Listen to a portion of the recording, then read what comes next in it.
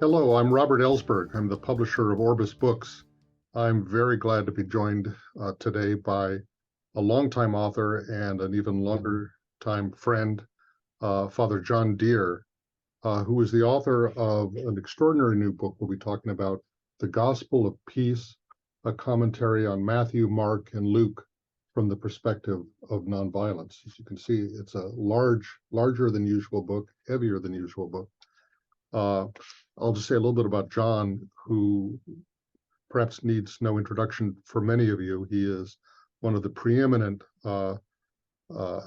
voices and activists for nonviolence in America for a long time. He's been arrested many times. He has served for many years. He did as the director of the Fellowship of Reconciliation.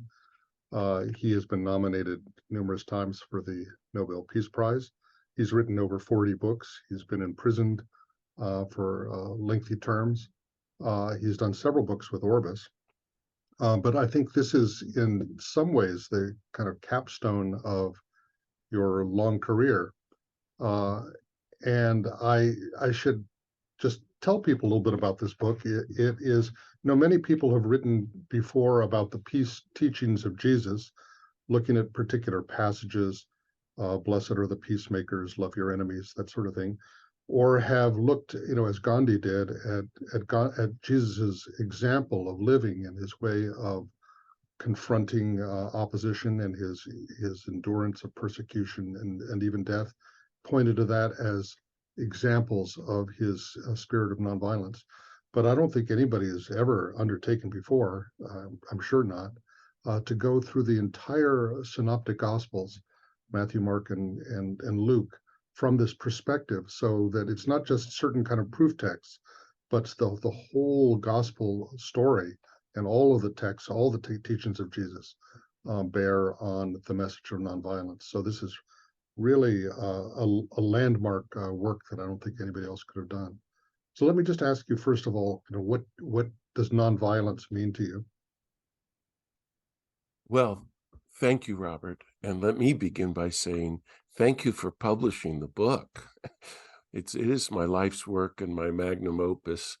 And I've been studying Jesus and nonviolence my whole life. I was thinking maybe 45 years, but actually since the day Martin Luther King died. Again,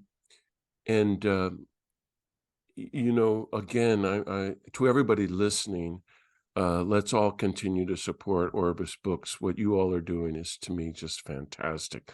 It's such a gift to the church and the world, as Pope Francis has said. Well, I've been trying to figure out nonviolence my whole life, Robert. Gandhi said it's bringing no harm in thought, word, or deed toward anyone. But that he meant it in just a huge, broad vision. So I would define it maybe as active love that pursues the truth of our common unity.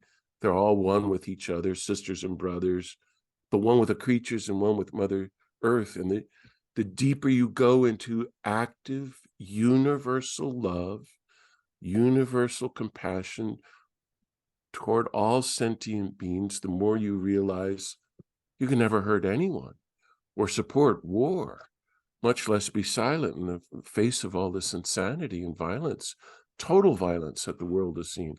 But that doesn't really get at it either. So many people thought of it in the 60s as a tactic, a strategy. And Jim Lawson, my friend, who Dr. King called the greatest teacher of nonviolence in the world, Dr. King said that in 1957. Jim is alive and well today and still is the greatest teacher of nonviolence.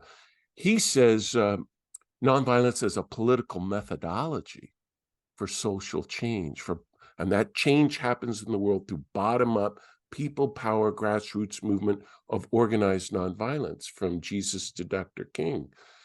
But then Jim says, Martin Luther King would say, no, I don't have it right at all. He said this in a public event we did once.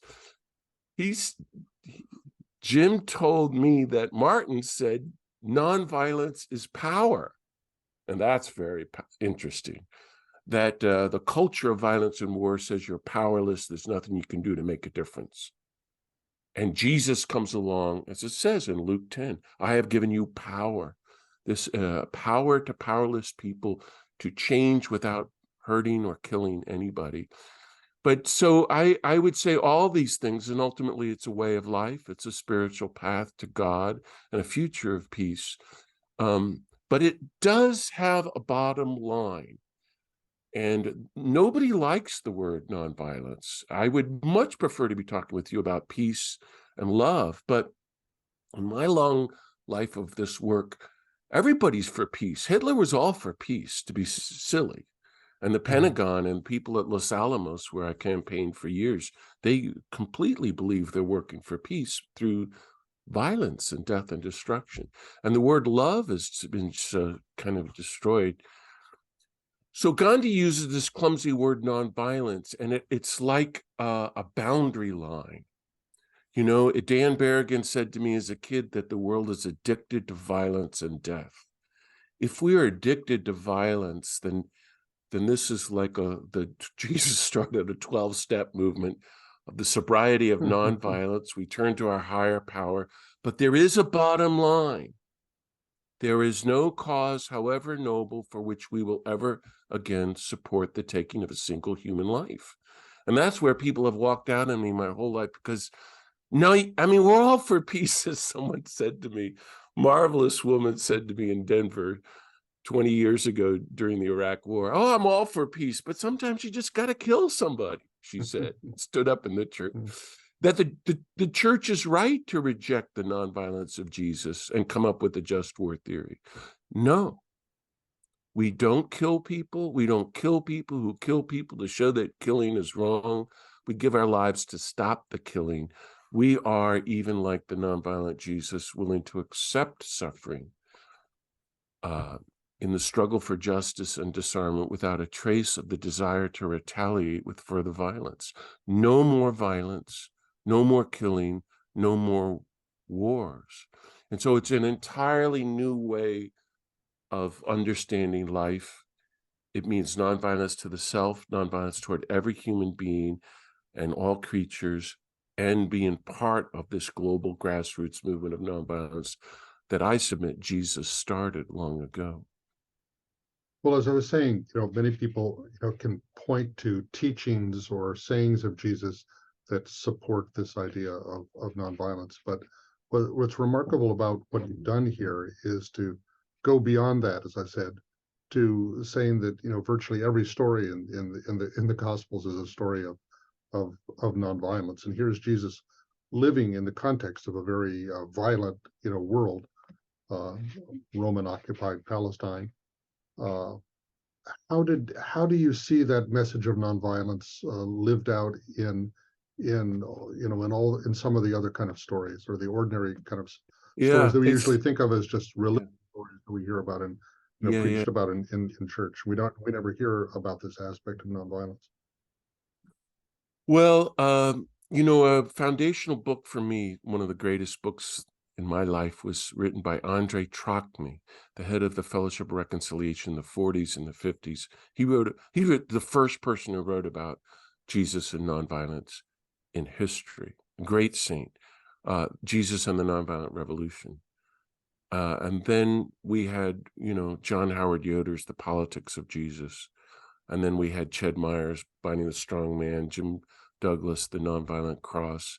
Walter Wink went farther maybe than anybody in engaging the powers. But a lot of this, Robert, goes back to my work on Gandhi and Dr. King. And Gandhi, as you know better than me, insisted that Jesus was nonviolent. And he called Jesus nonviolence par excellence. And you made me read all the Gandhi books, all his collected writings for my Essential Writings book, which was a life-changing experience. And I could see Gandhi's writings on Jesus everywhere. And Gandhi's saying, Sermon on the Mount is the greatest teachings of nonviolence in history. I have to read that every day. And then I could see him in his letters and writings saying, gee, this story here, this reminds me of Jesus when he was nonviolent there. So I've been stewing on that for 25 years and studying the Gospels every day, actually, since I was a boy.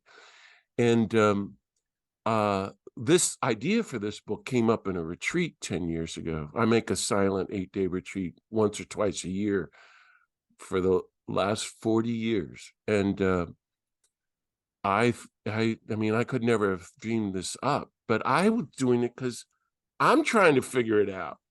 That was my question. And it's always been my question in my books. Was Jesus really nonviolent? Is Gandhi right? If so, why haven't I never heard that? Why isn't anybody talking about that? Why are Christians so mean? Not to mention violent and building nuclear weapons and killing people and planning the destruction of the earth and so forth and so on. It's like Christians are behind all the wars. So, yeah, okay, so the Sermon on the Mount is a spectacular vision of nonviolence. And the synoptic Gospels, Matthew, Mark, and Luke, tell the same story, that Jesus is in Galilee. He heals and organizes the poor. He teaches them this spectacular way of nonviolence and models it. And then I always joke, Jesus thinks he's Gandhi and Dr. King because he leads a march to Jerusalem. And it's very clear in Luke that it's organized. Very clear. He's a movement organizer. And he does nonviolent civil disobedience in the temple, an act for which he's, of course, going to be arrested and tortured and killed. And he goes to his death meticulously, nonviolently. So having worked in this book for many, many years during the pandemic, morning, noon, and night, Robert, I'm convinced that Gandhi was totally right. And I think no one has ever written a book like this, and I don't think I wrote it. It feels to me like it was the Holy Spirit, because I don't know. But everything Jesus said and did was nonviolent. Now, I'm convinced, having just worked in this 12 hours a day for the last 5 years, or really my whole life. Now, what do I mean by that? You know, taken in the context that all his teachings are a call of universal love, Robert, universal compassion, universal peace. In Luke, he's born, the angels can't contain himself. Peace has come on earth. He dies and rises from the dead, and he gives us his resurrection gift of peace. It's all peace, love, and nonviolence, morning, noon, and night. And therefore, I call it total nonviolence, which is an old Buddhist phrase.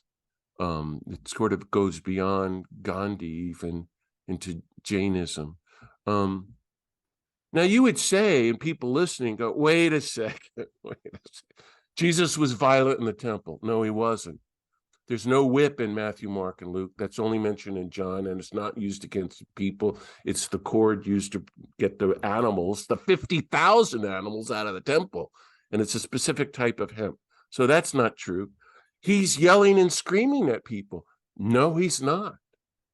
And I'm convinced, and I've had conversations with the leading Christian scholars on the planet about this, having now worked at the Vatican with the leaders on Christian nonviolence in the world. I'm convinced that Jesus was like Gandhi or our friend Thich Nhat Hanh, very gently saying, you're being hypocrites, building nuclear weapons and bombing people. That's not loving God.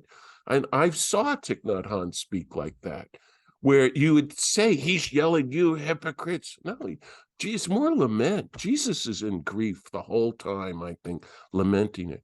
Well, then what about these parables? And then, you know, the kingdom of God is like a wedding feast. And at the end, kill them all. You think of Jesus smoking a cigarette. You know, I always call that the mean. That's not it at all. It's not it at all. I'm convinced. And I tried to explain it in each of those. There are like 10 really difficult passages. And actually what I got from the story, the experience of writing it regarding that is, and I don't know what you think because you're a scholar, is there's a lot about karma in this book, in the Gospels. I call it consequentialism. Jesus is just like a loving parent saying to the 5-year-old child, don't put your hand on the stove. I'm reaching out because I'm sitting next to my stove. If you do that, your hand's going to burn. Don't do that. We think he's yelling and saying, you're going to burn your hand. You're going to hell. No, it's just a gentle warning, and it's all consequence. Those who live by the sword die by the sword. Every human being lives by the sword, by violence, retaliation, guns, war, or silent complicity with the culture of war. And Jesus is saying, you got to break free from that. And but what's so exciting, so, and I could go on and on and on, but I'll just say that I see his message, his life, his every breath is totally nonviolent. As Dan Berrigan said to me once on Easter Sunday, Jesus didn't have a mean bone in his body. And he was gentle and humble of heart. And it's a spectacular story of nonviolence. And even as he gets tortured and killed, he's meticulously nonviolent. And for that matter, he's nonviolent even when he comes back. He should be mad and violent and mean and resentful toward these disciples. He's as gentle as ever and says, now you go practice nonviolence. Does that get at your question? I think so. I think that it's not so much that Jesus comes to teach a message of nonviolence, I got from your book, but that Jesus has such a strong apprehension that God is a God of peace, and everything sort of follows from that. So there's also this deep kind of teaching about who God is. When we talk about God, what do we mean by that? And what implications does that have for the way we live and the way we deal with violence, the way we deal with each other? Robert, I'm so glad you picked that up, because the Gospels are all about God. And if Jesus is nonviolent, every Christian who dares claim they're going to be a follower of Jesus is called to try to practice total nonviolence. But the scandal of the gospel is that Jesus proclaims in a world of total violence and war that God is nonviolent, that God is total nonviolence. Gandhi said, I found this sentence in his writings for the book I did with you, the kingdom of God is nonviolence. That's an incredible theological statement that Jim Lawson and I have been talking about for 20 years. And I don't know that anybody has picked up on that. I mean, Gandhi is saying that Jesus is saying that God is infinite love. Okay, God is love, but that means there's no violence, no killing, no war, no death. And resurrection means total nonviolence, because it means having not a trace of violence or death or the metaphors of death within you. So God is totally nonviolent. And do people worship a nonviolent God? Not at all. We have now created a very sophisticated false spirituality and a false theology of violence and war, that God is violent, God blesses our wars, God blesses the Roman Empire to the American Empire, and wants us to be rich and is going to take care of it. It's not like that at all. And we're just beginning to unpack the teachings of Gandhi and King in terms of spirituality and theology of nonviolence. But the key sentences are, blessed are the peacemakers. Again, it's the Sermon on the Mount. They shall be called the sons and daughters of God. What does that mean? God is not a war maker. God is a peacemaker. Well, we know no one had ever said that before in written history. And we also know no one in human writing had ever said, love your enemies before. And the teaching is incredibly important. And now I'll wrap it up, my thought.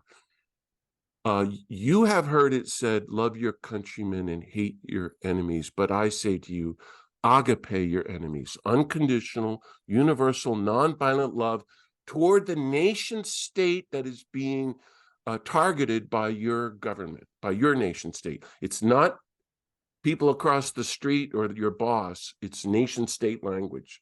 That's very important. And a lot of people don't get that. agape them. Oh, and for the first time he mentions prayer in the Sermon on the Mount. And then pray for all those who are going to persecute you, all the people in your nation, because you're going to be mad that you're trying to stop war. And then he says, it's so amazing, Robert, as you know, then you are really the sons and daughters of the God who lets the sun rise on the good and bad and the rain to fall on the just and the unjust. In other words, in the most political sentence in the entire Bible, love your enemies, I think we have the only description of God in the entire Bible. Mm-hmm. There in that sentence, love your enemies, he says, God is a God of universal nonviolent love. The sun, the rain. Do we want a God who's nonviolent and universally loving? I don't think we do. We're so brainwashed. I think we're so scared. We've created God in our own violent self-image. But this is really good news. And Gandhi said, if we can reimagine and reclaim the nonviolence of God, which is what I'm trying to do with this book, then we will begin finally to worship the God of peace and nonviolence. Mm. And only then, Gandhi said, will we become people of peace and nonviolence. Isn't that great? One of the things that I learned from your book, or was a new way of thinking for me, was the way you deal with some of the parables that we could call the sort of supersessionist parables. The idea that you know, people that Jesus chose, or that God chose, have rejected him, and therefore he's going to get rid of them, and he's going to have a new people or something like that. And that is, has been read from a Christian lens to say that God has rejected the Jews, and now the Christians are the good guys. And the way that you read this in a way is to say, no.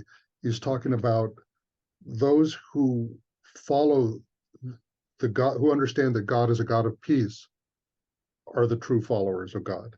And that doesn't matter whether you're a Christian or a Gentile or whatever you call. He wasn't talking about Christianity back then. He was talking about a new way of following God, or understanding God, and the ethics and the spirituality and the way of living that come out of that. And it is those who are grasping this reality who represent this kind of new people. Did I get that right?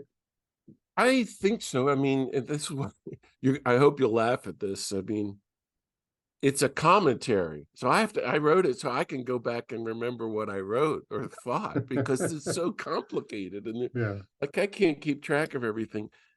It just turns upside down everything we've been taught and thought about Jesus, God, and therefore the church, and therefore to be a human being, the world, the whole nation state system. Jesus says everything is wrong. That's why St. Francis long ago said, if you want to follow Jesus, you have to stand on your head, because Jesus looks at everything upside down. I always love that Francis quote. So, the supersessionism was part of the early church, saying we are now the chosen people. We are Israel. The church is replacing Israel. Baloney. We all reject that. We have nothing to do with anti-Semitism. And that was bad theology. But they were just figuring out what they were doing. And that lingers in our interpretation, and now it's so ingrained in us. Nonviolence changes, again, everything. And what I'm calling for here is that fancy theology word, a new hermeneutic, which just means perspective or glasses. We put on the lens of Gandhi and Martin Luther King to everything. And I'm going to look at the world through the lens of nonviolence, even the scriptures of nonviolence, and then it begins to make sense. So he's calling everybody, far left, far right, Jews, Gentiles, men, women, slave free, to an entirely new way of life. Walter Wink said, out of the domination system. I would say out of the empire, out of the culture of violence, out of the being possessed by nationalism and militarism, into the freedom, the new life of nonviolence and God's reign. The focus is the kingdom of God as total nonviolence.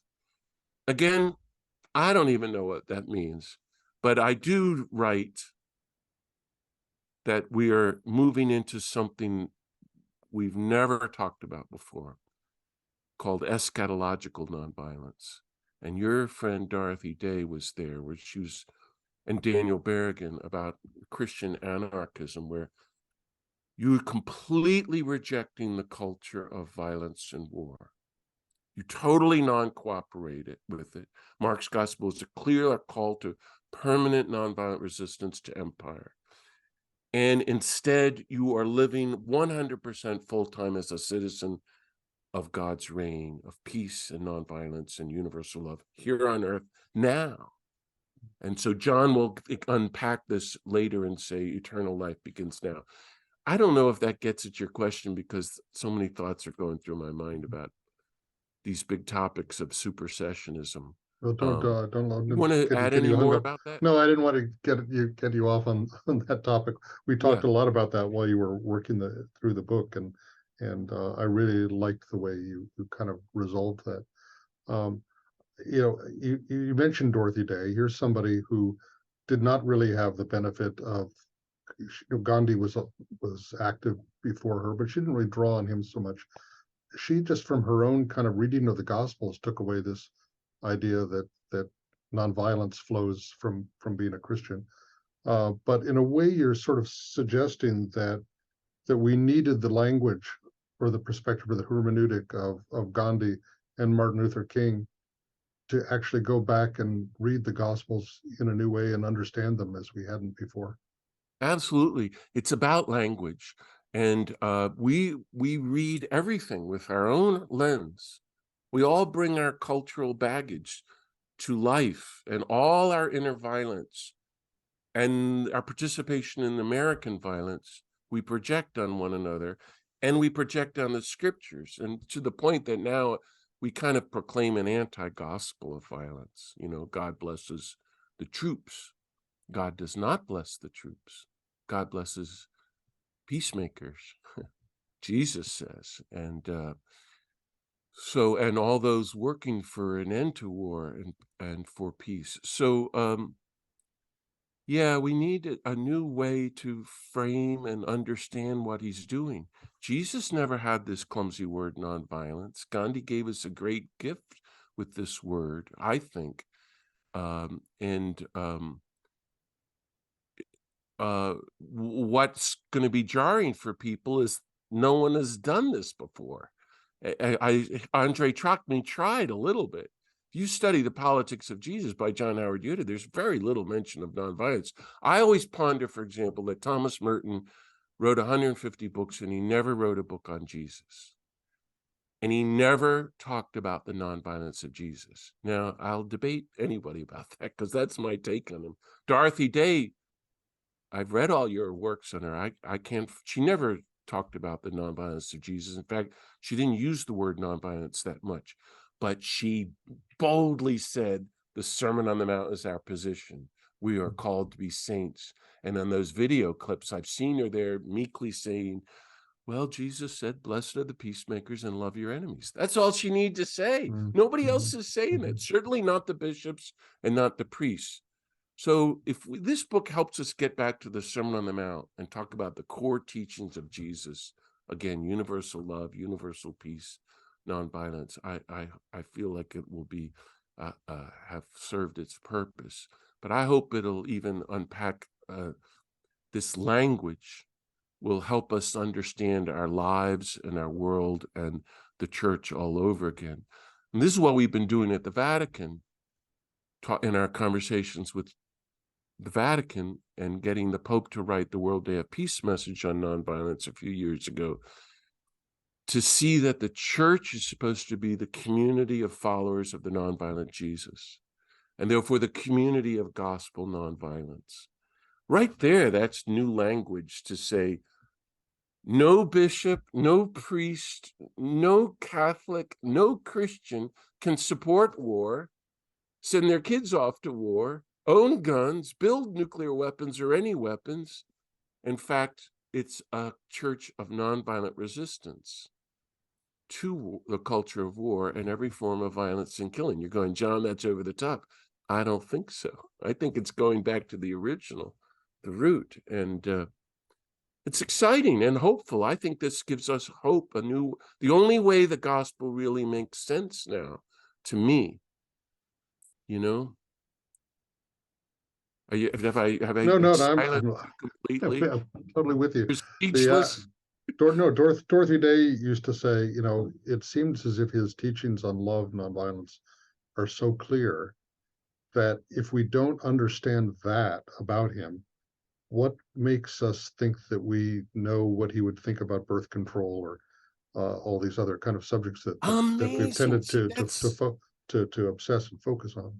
so obvious, but nobody in the United States, no Catholic, I think, Yeah. had said that before. What Mhm. Dorothy's saying, it's so basic and obvious, but she did get that, even though she wasn't a big student of Gandhi. She did get that from Gandhi, as did Dr. King. But, I wonder, last night I was thinking about this, and by the end, Jesus is so sad and exasperated with the religious authorities of his time, who are just totally into money and power, and not into what he might say, the living God. He would just say, have you never read the scriptures? Which is a very sad, sweet lament. And I want to say that to so many bishops and priests and Catholics and Christians. Have you never read the Gospels? Mhm. And I've asked some people that, and they go, well, actually, no, I haven't read the 4 Gospels. No, actually, I don't even know what you're talking about, the Sermon on the Mount. And that's why for the last 20 years, I've been saying in my talks, okay, everybody, don't read the Bible anymore. Only read the 4 Gospels for the next 30 years and then report back to me. Because people aren't ready for St. Paul. And they can't handle the Hebrew scriptures until they're really grounded in the nonviolence of Jesus. How do we get into all that? But anyway. Mhm. Well, I want to thank you very much, John. This is just reading this book and working on it with you has been a real life-changing experience for me. And I want to let everybody know who's listening to this that you are going to be traveling all over the country. You've got an amazing tour lined up. I don't know, 60 different cities you're going to, something like that. So people will have an opportunity, I hope, in their communities to meet you, experience you face to face, and I hope to read this extraordinary book again called "The Gospel of Peace," a commentary on Matthew, Mark, and Luke from the perspective of nonviolence from Orbis Books. Thank you very Thank you much, so John. much, Robert. And I think your Orbis website's going to have a link to my tour schedule, which is at johndeere.org, or my work at the Beatitude Center, beatitudecenter.org. But I just really love to ask all your Orbis friends who are listening to get the book, especially to give it to their bishop and priest, and to join me in having a new national conversation within the church on the nonviolence of Jesus, and to reclaim the language of nonviolence into the culture, that we could move toward create a new culture of peace and nonviolence. That's the most important thing that the world needs right now. So thanks so much for having me again. Thank you very much, John. Thank you all.